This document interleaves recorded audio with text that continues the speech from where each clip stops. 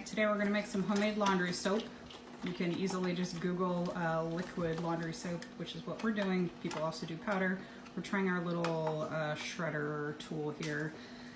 That's usually for kitchen stuff, but we're hoping that that makes this process a little faster. It already seems a little better than hand either grating it or making big chunks.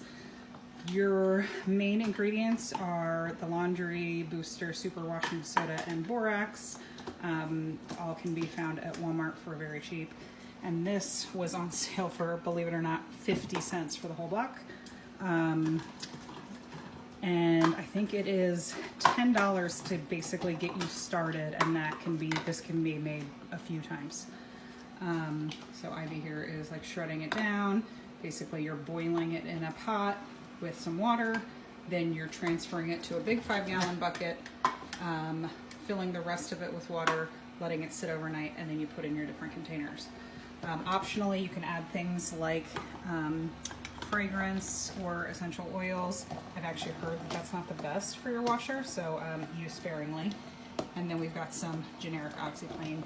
Again, those are just optional, but it is something like 26 cents a load, so it is so much cheaper than buying Tide or something. And watch your fingers, some of my friends really swear, because I usually have so much that I give away some for presents. They swear that this is actually like the best soap they've ever used. Okay, so we've got 4 cups of water, a little tiny bit of the soap that doesn't want to grind in this very well, so we just chopped it in little pieces. We've got 1 cup of our borax and 1 cup of our super washing soda, and then the kids are still grinding down the bar of Zote or whatever, or Fel's Naphtha with this grindy thing. It's working okay, but it's definitely coming out more consistent. So we're just getting this boiling. We're gonna melt down the Zote stuff, put it in our 5-gallon bucket, and like I said, fill the rest with water. Okay, so here we are. We're boiling it down with all of the ingredients, or everything except those optional add-ons.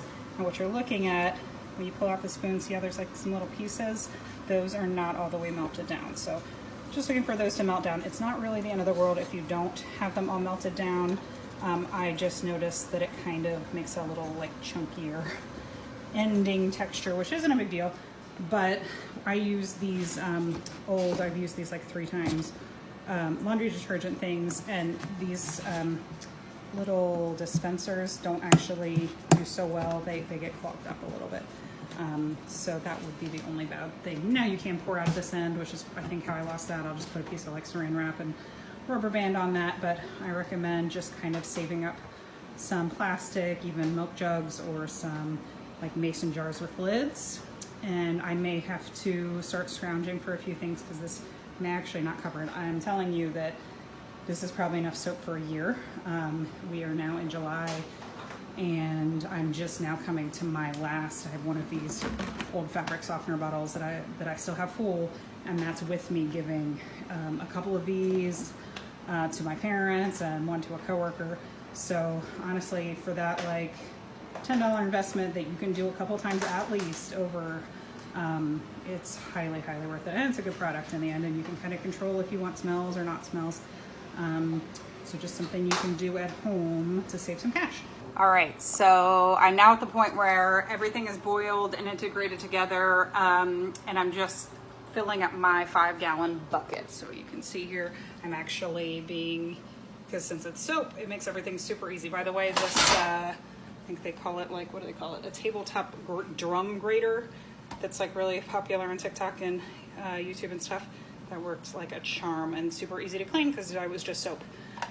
So I'm just filling this with water first to dump it out, just to make my life a little easier. Then it's going to go on top. Okay, last stage here. I actually didn't wait overnight. I waited about 5 or 6 hours. I saw a little video that said you could wait just a minimum of 4, and some people even recommended not doing overnight. That's what I've always done in the past, so no big deal. But here is my 5-gallon bucket, and I put it in my kitchen sink here because it does make a mess.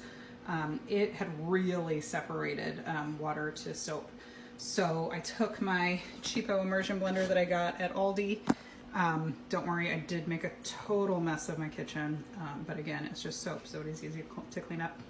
And then I use a measuring cup, scoop a scoop of this, and then put it into my container. I had an old, I think it was like some tonic water that I had in the recycling bin, so just grab anything out of your neighbor's recycling, and it makes a nice big funnel instead of, these are fine, but you know, it's narrow, so you're like having to wait way longer. So anyways, I'll do a scoop here, try to let some of it fall off, and then I just fill up my homemade funnel, and there we have it. So now I've got soap for about a year. All right, finished product. Here is 5 gallons of laundry soap. Again, it's about, I think somebody did the math, it's like 20 cents per load, about $10. And really, the only effort is mostly shredding up that soap, which was a lot easier with that little tool. So yeah, just kind of make it your own, and it's so cheap and so worth it, I think.